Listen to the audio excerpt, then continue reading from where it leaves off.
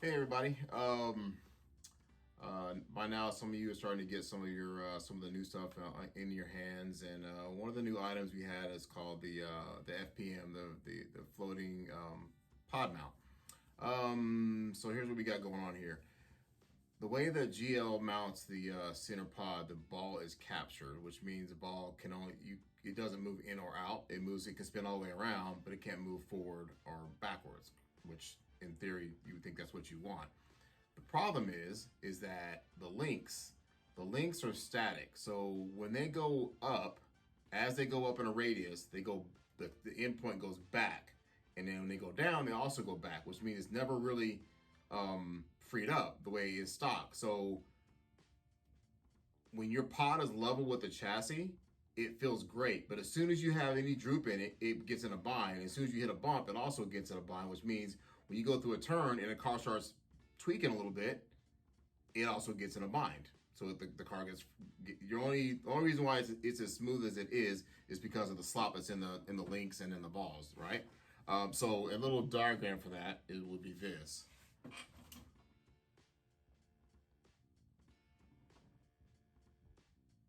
If that makes sense at all. Maybe it does, maybe it doesn't.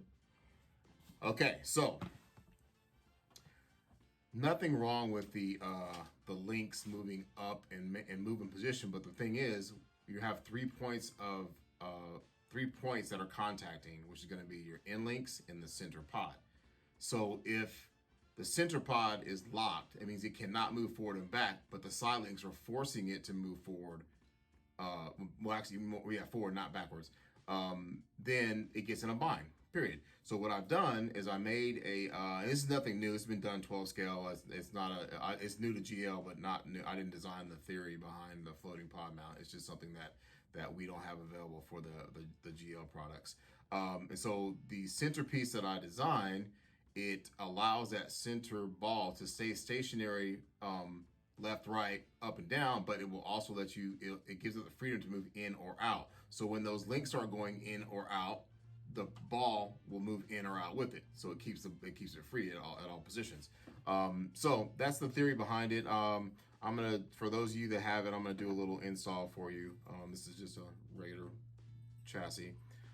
So what you'll notice when you get them out of the package is that, well, first you gotta cut them out. You can get like some scissors. It's really thin. These are made of Delrin, by the way, and they are not 3D printed. They are machined. They might look like it, but they're definitely machined. Okay, you'll see that one of the pieces has a bigger hole than the other piece. So the one with the bigger hole goes on the bottom. It will go on the chassis first, and the one with the smaller goes above that piece so that the screws lock into that.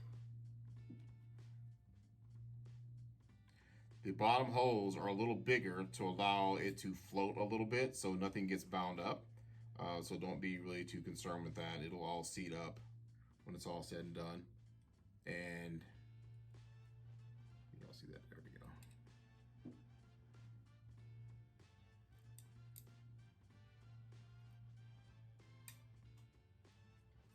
All right, so here is how you want it to look once you have it installed.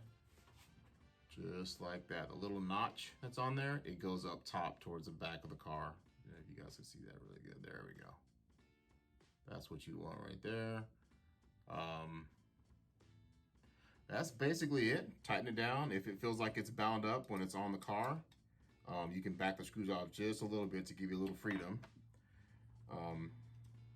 So I'll try to this is probably gonna look better this way.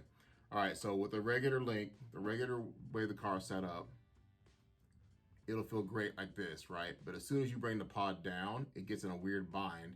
If you bring it up, it also gets in a real bind. But with the floating pod mount, it doesn't matter. It goes full range, super, super free, like it's supposed to.